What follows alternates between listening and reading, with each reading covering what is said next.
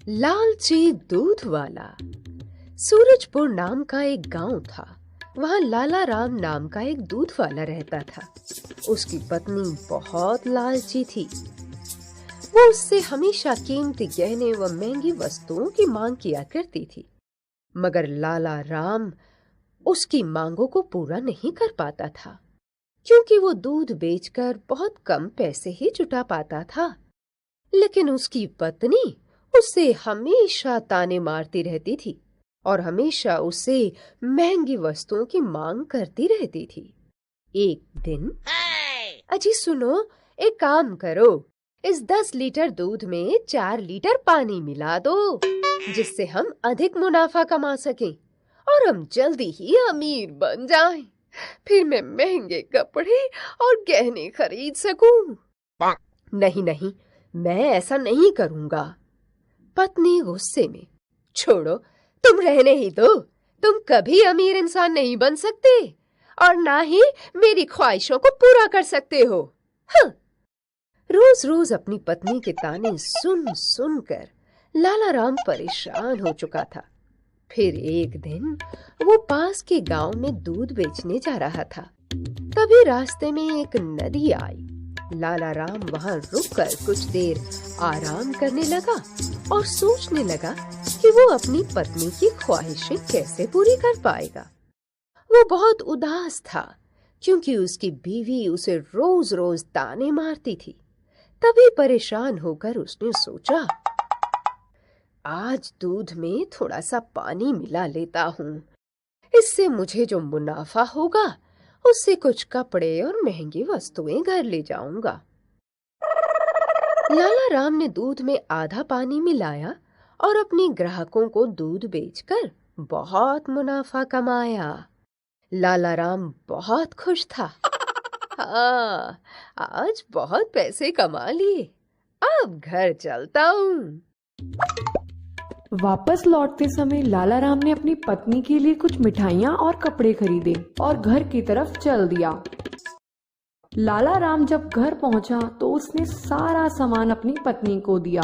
उसकी पत्नी वह सारा सामान देखकर बहुत खुश हो गई, परंतु उसका लालच अभी खत्म नहीं हुआ। वह और ज्यादा महंगे कपड़ों की मांग करने लगी। दूध वाला बहुत दुविधा में पड़ गया और फिर वह फिर से उदास हो गया था और सोचने लगा, अब मैं ऐसा क्या काम करूं जिससे मेरी बीवी खुश हो जाए। फिर उसने सोचा, कल दूध में और ज्यादा पानी मिला दूंगा, जिससे मुझे और ज्यादा मुनाफा होगा। फिर एक दिन वो पास के गांव में दूध बेचने जा रहा था। आज दूध में थोड़ा सा पानी मिला लेता हूँ। इससे मुझे जो मुनाफा होगा उससे कुछ कपड़े और महंगी वस्तुएं घर ले जाऊंगा। लाला राम ने दूध में आधा पानी मिलाया और अपने ग्राहकों को दूध बेचकर बहुत मुनाफा कमाया। लाला राम बहुत खुश था। हाँ, आज बहुत पैसे कमा लिए, अब घर चलता हूँ। वापस लौटते वक्त नदी के किनारे पेड़ की छांव के नीचे कुछ देर वो सो गया। तभी वहां कुछ बंदर आ गए और उन्होंने लाला राम के पैसों से भरी दोनों पोटलियां उठा ली और झट से पेड़ पर चढ़ गए। तभी लाला राम की नींद खुली और वो परेशान हो गया। बंदर उसकी पैसों से भरी पोटलियां उठा कर ले गए थे। हाय हाय, मैं तो लुट गया, बर्बाद हो गया। बंदर तो मेरी दोनों थैलियां ले गए। हाय, अब मैं क्या करूं? ए बंदरों, मेरी दोनों थैलियां लौटा दो। मैंने तुम्हारा क्या बिगाड़ा है? बंदर उसे देखकर जोर जोर से हंसने लगे। तभी लाला राम को एक बात याद आई। उसके दादाजी ने उसे बताया था कि बंदर नकलची होते हैं। तुम जैसा करोगे वो भी वैसा ही करेंगे। तभी वो अपने दोनों हाथ ऊपर उठाकर हिलाने लगा, तो बंदर ने भी वैसा ही किया। ऐसा करते देख दूध वाले ने सोचा, अरे यह तो मूर्ख बंदर है, मैं जैसा कर रहा हूँ ये भी वैसा ही कर रहा है। उसके बाद वह जोर जोर से कूदने लगा, तो बंदर भी उसको ऐसा करते देख कूदने लगा। फिर दूध वाले को एक उपाय आया। उसने सोचा क्यों ना मैं अपने हाथ में रखे गमछे को जमीन पर फेंक दूं, क्या पता ये मूर्ख बंदर भी ऐसा ही करे। इतना सोचकर दूध वाले ने अपने हाथ में रखे हुए गमछे को जमीन पर फेंक दिया, यह सोचकर कि बंदर भी उसकी दोनों पैसों से भरी थैली को जमीन पर फेंक देगा। दूध वाले को ऐसा करते देख बंदर ने भी ऐसा ही किया। उसने दोनों पैसों से भरी थैलियों को जमीन पर फेंक दिया। उसमें से एक पोटली जमीन पर आकर गिरी, परंतु दूसरी नदी में जा गिरी, वह पानी में बह गई। हाय हाय हाय, ये क्या किया मूर्ख बंदर, मेरे पैसे पानी में क्यों फेंक दिए। हे भगवान मेरे पैसों को बचाओ, हे भगवान मेरे पैसे बचाओ, कोई तो मेरे पैसे बचाओ, मैं तो लुट गया, बर्बाद हो गया। तभी वहां भगवान हनुमान प्रकट हुए और लाला राम से बोले, हे मनुष्य, व्यर्थ में विलाप क्यों कर रहे हो। तुमने जितना पैसा अपनी मेहनत से कमाया था वो अब भी तुम्हारे पास है। छल कपट से कमाया हुआ पैसे का अंजाम यही होता है, वो तुम्हारे पास अधिक समय तक नहीं रहता है। लाला राम, हे भगवान मुझे क्षमा कर दो, मैं पानी में दूध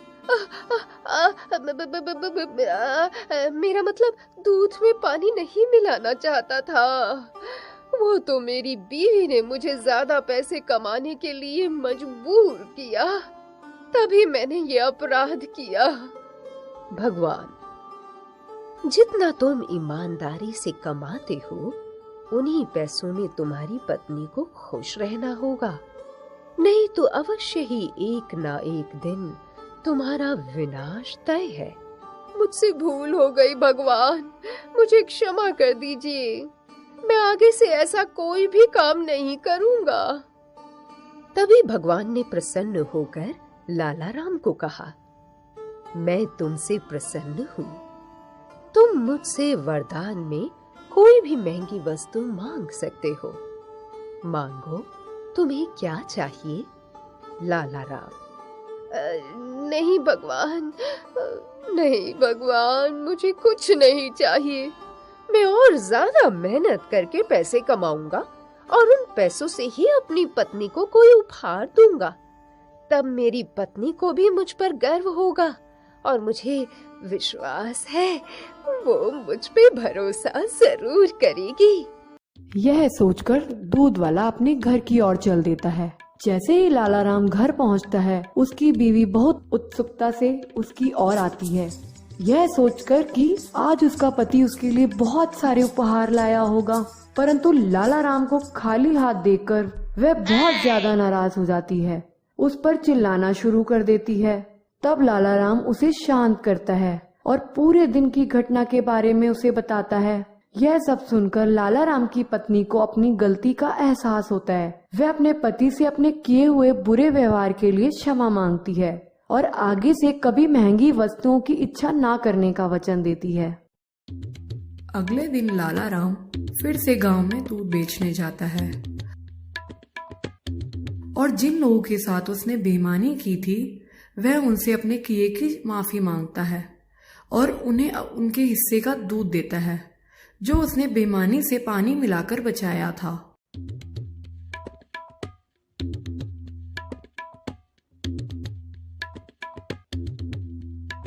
फिर वह उन बंदरों के पास भी जाता है और उन्हें धन्यवाद देता है क्योंकि उन बंदरों ने ही उसे सही रास्ता दिखाया था। अगर बंदर उनकी पैसों से भरी पोटली को पानी में ना फेंकते तो उसे अपनी भूल का एहसास कभी नहीं होता। फिर वह अपने घर खुशी खुशी वापस लौट जाता है। ईमानदारी अमूल्य धन है, जिसके पास ईमानदारी है वो ही व्यक्ति दुनिया का सबसे ज्यादा अमीर इंसान है।